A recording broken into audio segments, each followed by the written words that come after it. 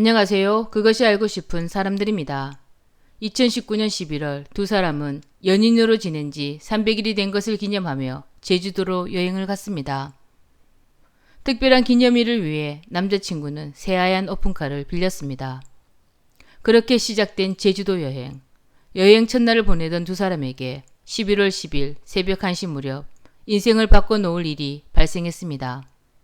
조용한 동네 한림읍에 굉음이 울려 퍼졌습니다. 한밤중 굉음의 정체는 교통사고였습니다. 두 사람이 타고 있던 오픈카가 마을 앞 도로를 달리다 연석, 돌담, 경운기를 차례로 들이받았고 차량은 반파 상태가 될 정도로 크게 손상되었습니다. 차에 타고 있던 연인은 어떻게 되었을까요? 사고 당시 운전자인 남자친구는 조사를 나온 경찰과 대화를 나눌 정도로 괜찮은 상태였습니다.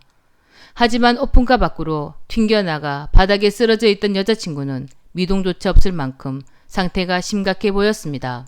인근 병원으로 긴급히 옮겨져 여러 차례 수술을 받았으나 의식을 회복하지 못할 정도로 뇌 손상은 심각했습니다. 그리고 지난해 8월 의식을 되찾지 못한 상태에서 여자친구는 세상을 떠났습니다. 경찰 조사 결과 사고 당시 남자친구의 혈중 알코올 농도는 면허 취소 수준인 0.118%였다고 합니다. 남자친구의 음주운전으로 인해 사랑하는 여자친구가 크게 다친 안타까운 사고였습니다. 그런데 이 비극이 사고가 아닌 사건이 된 것은 약 2달 뒤 여자친구의 가족이 남자친구를 살인미수로 고발하면서부터였습니다. 이런 사고가 도무지 이해되지 않았던 언니는 우연히 동생의 휴대전화를 살펴보게 되었다고 합니다. 그리고 그 안에서 놀라운 사실을 발견했다고 합니다. 동생의 휴대전화에서 언니가 발견한 음성 파일에는 약 1시간가량의 대화가 녹음돼 있었고 사고 당시의 상황도 고스란히 남아 있었습니다. 언니가 알게 된 놀라운 사실은 차량 충돌 19초 전 분명 은혜씨가 안전벨트를 매지 않았음을 확인하고도 남자친구가 엑셀을 밟았다는 사실입니다. 언니는 동생의 목숨을 위험에 빠뜨리는 고의성이 있다고 생각했고 살인미수로 고소하게 되었습니다. 언니의 고소로 수사는 진행되었고 사건을 송치받은 검찰은 남자친구를 살인 혐의로 기소했습니다.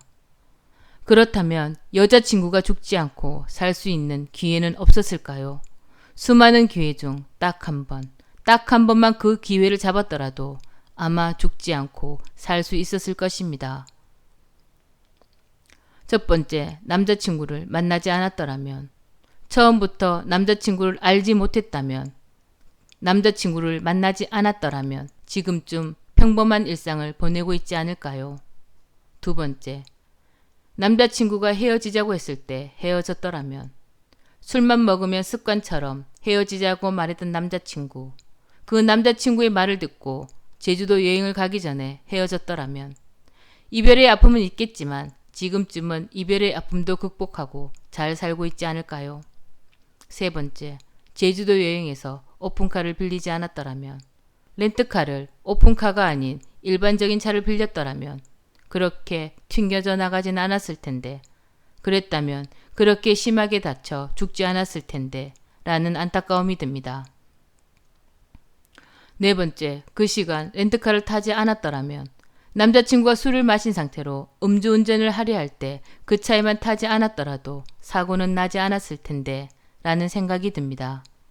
다섯 번째, 안전벨트만 했더라도, 차에 탔을 때 안전벨트만 했더라도, 남자친구가 안전벨트를 하지 않았음을 확인했을 때 어떻게든 안전벨트만 했었어도 그렇게 많이 다치지 않았을 텐데 라는 안타까움이 듭니다.